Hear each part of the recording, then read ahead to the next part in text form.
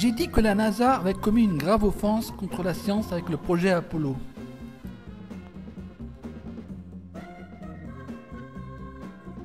Dans lequel elle a osé nous faire croire que l'homme avait marché sur la Lune. J'ai dit que les astronautes n'auraient pas pu supporter les radiations lors de la traversée des ceintures de radiation de Van Allen. J'ai dit que les astronautes auraient été victimes de tempêtes solaires. J'ai dit que les astronautes n'auraient pas pu supporter des écarts extrêmes de température. J'ai dit que les astronautes n'étaient pas protégés contre les micrométéorites. J'ai dit que la technologie n'était pas assez avancée à la fin des années 60 pour aller à la Lune. J'ai dit que les photos des missions étaient bourrées d'incohérences et d'anomalies.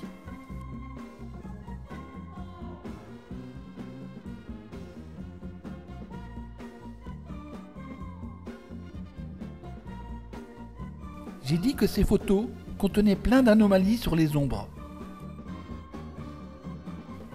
J'ai dit que ces photos contenaient plein d'erreurs de perspective. J'ai dit que ces photos étaient bourrées de contradictions. J'ai dit que ce que l'on voyait sur les photos relevait souvent de la magie.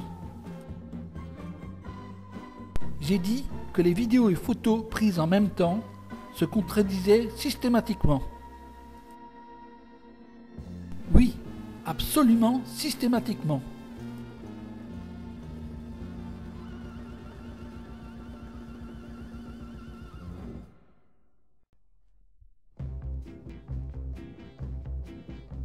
J'ai dit que les photos étaient bourrées d'indices destinés à dénoncer l'arnaque. Et quelquefois, ces indices sont assez imaginatifs. Et dans les vidéos également, il y a des indices directs de l'arnaque. J'ai aussi dit que les pseudo-démos sur la Lune révélaient le trucage de manière ostensible.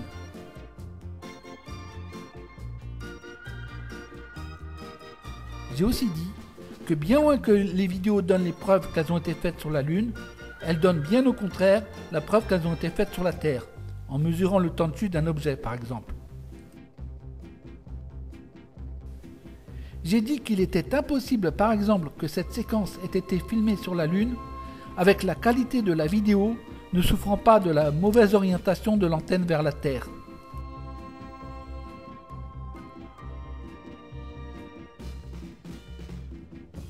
J'ai dit que la Terre était trop petite sur les photos d'émission.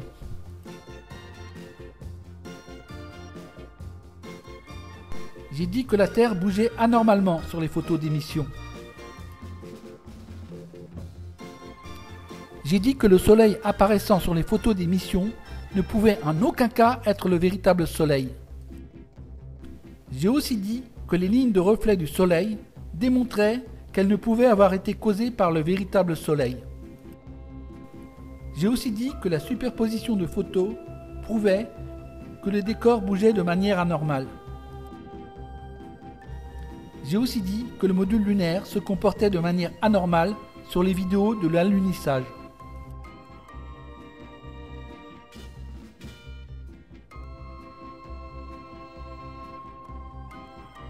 J'ai aussi dit que la vidéo du décollage du module lunaire dans Apollo 17 n'avait pas le moindre sens.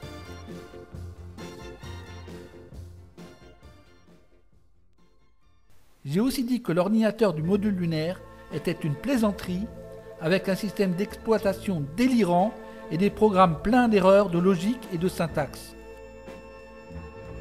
Et avec en plus une mémoire qui ne marchait même pas.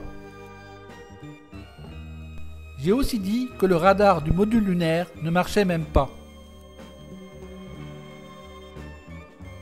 J'ai aussi dit que les réacteurs latéraux du module lunaire ne pouvaient être commandés même si l'ordinateur du module avait fonctionné. J'ai aussi dit que le système de communication du module lunaire ne pouvait pas fonctionner. J'ai aussi dit que la procédure d'alunissage était illogique et aberrante. J'ai aussi dit que la descente du module lunaire était illogique et ne pouvait conduire qu'à un crash. J'ai aussi dit que le système de survie des astronautes était fait pour les tuer. J'ai aussi dit que le rover lunaire ne pouvait pas marcher. Et que le rover lunaire n'était même pas capable de s'orienter. J'ai aussi dit que l'ALCEP, système de mesure sur la Lune, était une plaisanterie, incapable de mesurer quoi que ce soit et encore moins de le transmettre vers la Terre. J'ai même dit qu'il n'y avait même pas de surveilleur sur la Lune. J'ai dit que dans la fusée Saturne décollant, il n'y avait pas de module de commande à l'intérieur.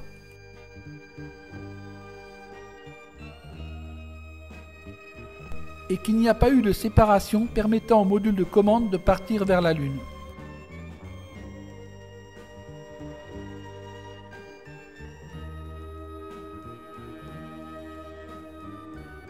Et qu'au retour des astronautes, le module de commande ne revenait pas de la Lune, mais a été lâché d'un avion à haute altitude rempli de mannequins. J'ai aussi dit que les démonstrations d'apesanteur d'Apollo 11 ont en fait été faites sous l'eau. J'ai aussi dit que le fait que les astronautes d'Apollo 13 aient pu revenir sains et saufs malgré l'accident sérieux survenu relevait de la fiction. En bref, si Apollo a vraiment pu allunir, cela ne pouvait être que grâce à un coup de pouce de Dieu. J'ai aussi dit que les photos du Helero montrant les sites d'alunissage présentaient des incohérences manifestes. Et j'ai aussi dit que les photos du Helero portent toute la signature de Photoshop. La seule conclusion possible est que les alunissages ont été simulés sur Terre dans l'ère 51 du désert du Nevada. Mais on m'a souvent dit que ma position était une insulte contre les astronautes d'Apollo qui ont risqué leur vie pour accomplir ce grand exploit.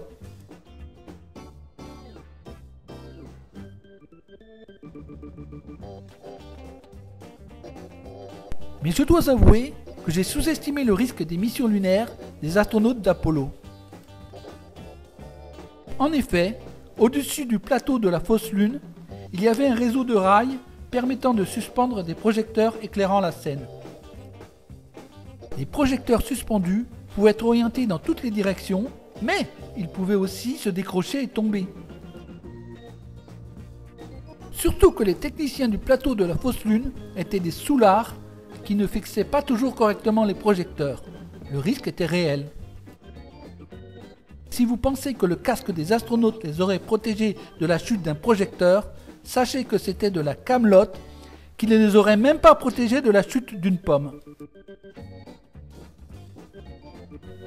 Et il était aussi possible qu'un des cratères lunaires artificiellement créés ne soit pas signalé aux astronautes, auquel cas, l'un d'eux pouvait très bien tomber dans celui-ci par inadvertance. Et il était aussi possible que le modèle du module lunaire se casse la gueule et s'écrase sur un des astronautes. Et je peux vous dire que cela fait mal, et même très mal. Et les serpents à sonnettes? Avez-vous pensé aux serpents à sonnettes? Il y en avait certainement sur le plateau de la fausse Lune. Et si vous pensez que l'habit des astronautes les aurait protégés d'une morsure de serpent, vous pouvez vous-même constater sur les photos des missions que ce n'était qu'un habit mince de mauvaise qualité. Ce qui veut dire que le serpent à sonnette aurait mordu dans leurs jambes comme dans du beurre. Je dois donc admettre que les astronautes avaient besoin de courage pour tourner sur le plateau de la fausse Lune et que le danger était réellement grand. Et donc, quand les astronautes plantèrent le drapeau américain dans le glorieux vent lunaire, ils accomplirent un véritable exploit. Un exploit qui a permis au peuple du monde entier de tourner leur regard extasié vers la Lune et de répéter inlassablement « Nous l'avons fait! Nous l'avons fait! Nous l'avons fait !» Alors, oui, les astronautes ont vraiment risqué leur vie pour accomplir les missions lunaires et ils méritent l'hommage qu'ils ont reçu des peuples reconnaissants.